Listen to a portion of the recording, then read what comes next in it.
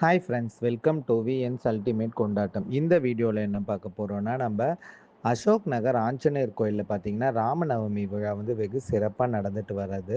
So இன்றைக்கி பார்த்தீங்கன்னா முதல் நாள், அதாவது ராமநவமி பார்த்தீங்கன்னா வர மார்ச் 27ஆம் தேதி வெள்ளிக்கிழமை நடக்க இருக்குது. அதை முன்னிட்டு பார்த்தீங்கன்னா நம்ம ஆஞ்சநேயருக்கு பார்த்தீங்கன்னா 10 நாட்களும் விதவிதமான சிறப்பு அலங்காரங்கள் பண்ணி வந்து சிறப்பிக்கிறாங்க.